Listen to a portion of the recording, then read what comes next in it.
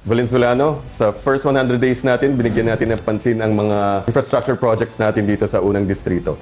Sa ating road rehabilitation and improvement project sa MacArthur Highway, masaya akong ibalita sa inyo na 3 out of 4 projects ang natapos na. Una, yung sa Malintas stoplight at Gov. I. Santiago Road intersection, 100% complete na.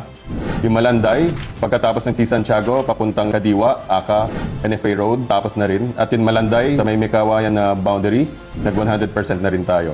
Ang natitira na lang itong sa dalandanan na MacArthur Highway, sa may tapat ng Wilcon. May mga tinatroubleshoot lang tayo na water leaks. Sana matapos na rin bago matapos itong taon. Ongoing na rin ang road rehabilitation projects sa iba't ibang barangay. Kasama dito ang Isla, Balangkas, Wawangkulo, Parencillo Villa, Pasolo, Arcong Bato, Kanumay West, Tagalag at Malanday. May 49 ongoing projects tayo na sinisigurado na maimplementa ng tama at matapos ng maagang panahon. Kasama dito ang malapit na ring simulan na road upgrading sa T. Santiago Road mula sa Vianteriales hanggang Lingunan, gayon din ang Pasolo Rincon Road. Para sa sunod na taon, may 27 na proposed infrastructure project tayo na nakalinya.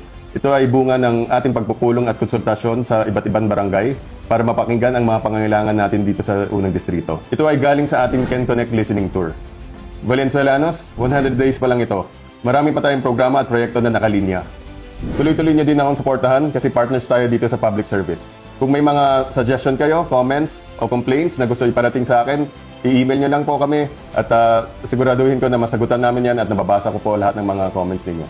Maraming salamat sa inyo. Valenzuela, We can do more.